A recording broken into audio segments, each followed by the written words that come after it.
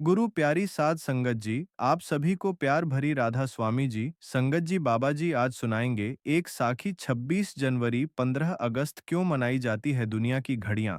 जब 14 अगस्त 1947 की रात को 11 बजाकर 59 मिनट दिखा रही थीं, तब दिल्ली के काउंसिल हॉल में सन्नाटा छा गया था। बाहर बारिश की बूंदें तेज हो रही थीं, हवा में आज़ादी की खुशबू घुली हुई थी। अंदर भारत के पहले प्रधानमंत्री पंडित जवाहरलाल नेहरू मंच पर खड़े थे। उनकी आंखों में सपने थे, होंठों पर शब्द, ट्रिस्ट विद डेस्टिनी। बहुत साल पहले हमने अपनी नियति से वादा किया था। अब वह समय आ गया है जब हम उस वादे को पूरा करेंगे। नेहरू की आवाज कांप रही थी, लेकिन दृढ़ थी। ठीक 12 बजे घड़ी की सुइयां मिली। शंख बज उठे। वंदे मातरम गूंजा। सारे जहां से अच्छा हिंदुस्तान हमारा, और आंखों से आंसू बह निकले। कोई रो रहा था खुशी से, कोई दर्द से, क्योंकि आजादी मिल रही थी, लेकिन देश दो टुकड़ों में बंट रहा था। ये वो पल था जब 200 साल की गुलामी खत्म हुई। लेकिन ये कहानी सिर्फ दिल्ली की नहीं है। ये कहानी है उस पूरे देश की, जहां हर कोने में जश्न था और हर दिल में एक सवाल, क्या ये आज़ादी पूरी आज़ादी है? कैसे आया वो फैसला? द्वितीय विश्व युद्ध ने ब्रिटेन की कमर तोड़ दी थी। विंस्टन चर्चिल ने जीत तो दिलाई, लेकिन साम्राज्य की नींव हिल गई। भारत में महात्मा गांधी का अहिंसक आंदोलन चरम पर था। नेताजी सुभाष चंद्र बोस ने आजाद हिंद फौज खड़ी कर दी थी। तुम मुझे खून दो, मैं तुम्हें आजादी दूंगा। ये नारा हर युवा के दिल में गूंज रहा था। ब्रिटिश प्रधानमंत्री क्लेमेंट एटली ने 20 फरवरी 1947 को हाउस ऑफ कॉमन्स में ऐलान किया, हम जून 1948 तक भारत को आज़ाद कर देंगे। लेकिन भारत में हालात बेकाबू हो रहे थे। दंगे भड़क रहे थे। माउंटबेटन को आखिरी वाइसराय बनाकर भेजा गया। उन्होंने सोचा था 1 साल लगेगा, लेकिन राजगोपालाचारी ने उन्हें चेतावनी दी, अगर इंतजार किया तो सत्ता ही नहीं बचेगी। 3 जून 1947 को माउंटबेटन ने प्रेस कॉन्फ्रेंस में ऐलान किया, 15 अगस्त 1947 को भारत आज़ाद होगा। दो देश, भारत और पाकिस्तान। लंदन में हड़कंप मच गया, लेकिन भारत में खुशी की लहर दौड़ गई। एक छोटा सा लेकिन दिलचस्प किस्सा। 15 अगस्त को ज्योतिषियों ने अशुभ बताया। ग्रह नक्षत्र ठीक नहीं थे, इसलिए फैसला हुआ कि 14 अगस्त की आधी रात को ही आज़ादी दी जाए। माउंटबेटन ने हामी भरी, इसीलिए फ्रीडम एट मिडनाइट। दिल्ली की वो रात, 14 अगस्त की रात, 11 बजे संसद भवन के सेंट्रल हॉल में समारोह शुरू हुआ। सुचेता कृपलानी ने सारे जहां से अच्छा गाया। फिर वंदे मातरम, नेहरू का भाषण, जब दुनिया सो रही होगी भारत जागेगा जीवन और स्वतंत्रता के लिए। रात 12 बजे शंख बजे। महात्मा गांधी की जय, सुभाष चंद्र बोस की जय, नेहरू की जय के नारे गूंजे। 2 मिनट का मौन, शहीदों की याद में। बाहर बारिश में हजारों लोग भीगते हुए इंतजार कर रहे थे। नेहरू बाहर निकले तो लोग उन्हें घेर लेना चाहते थे। खुशवंत सिंह ने लिखा, हम सब रो रहे थे। अनजान लोग एक दूसरे को गले लगा रहे थे। उस रात माउंटबेटन को नेहरू और राजेंद्र प्रसाद ने गवर्नर जनरल बनाने का ऑफर दिया। माउंटबेटन ने खुशी खुशी स्वीकार किया। उन्होंने पोर्ट वाइन की बोतल निकाली, गिलास भरे। टू इंडिया नेहरू ने एक लिफाफा दिया, कल शपथ लेने वाले मंत्रियों के नाम। लेकिन लिफाफा खाली था।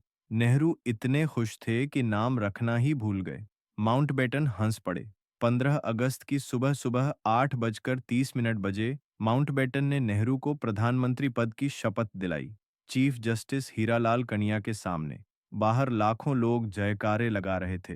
दिन भर जश्न। मुंबई में ताज होटल में मेयर का रात्रिभोज। बनारस में एक मुसलमान ने तिरंगा फहराया। शिलांग में हिंदू मुस्लिम लड़के लड़कियां मिलकर झंडा फहराया। लेकिन दिल्ली में शाम का इंतजार था, प्रिंसेस पार्क में तिरंगा फहराने का। शुरू में अनुमान था 300 लोग आएंगे, लेकिन शाम 5 बजे तक 5 लाख का सैलाब उमड़ आया। कुंभ के सिवा इतनी भीड़ कभी नहीं देखी गई। बैरिकेड्स, रस्सियां, मंच सब बह गए। ढोल बजाना मुश्किल हो गया। लोग इतने सटे कि हवा भी नहीं गुजर रही थी। फ्रीडम एट मिडनाइट किताब में लिखा है, हजारों माताएं अपने दूध पीते बच्चों को सीने से लगाए खड़ी थीं। डर था कि कहीं बच्चे कुचल न जाएं। धक्का लगता तो बच्चे को हवा में उछाल देती, नीचे आता तो पकड़ लेती। पामेला माउंटबेटन ने देखा और सोचा, हे भगवान, यहाँ तो बच्चों की बारिश हो रही है।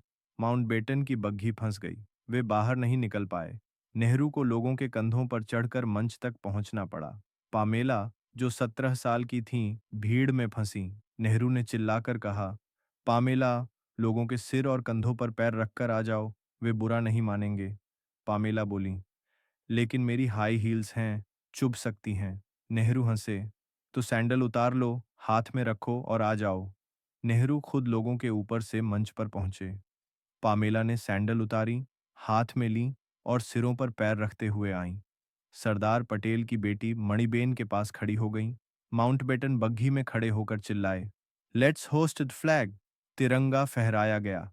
तेज हवा चली। तिरंगे के पीछे इंद्रधनुष उभरा, मानो प्रकृति भी जश्न मना रही हो।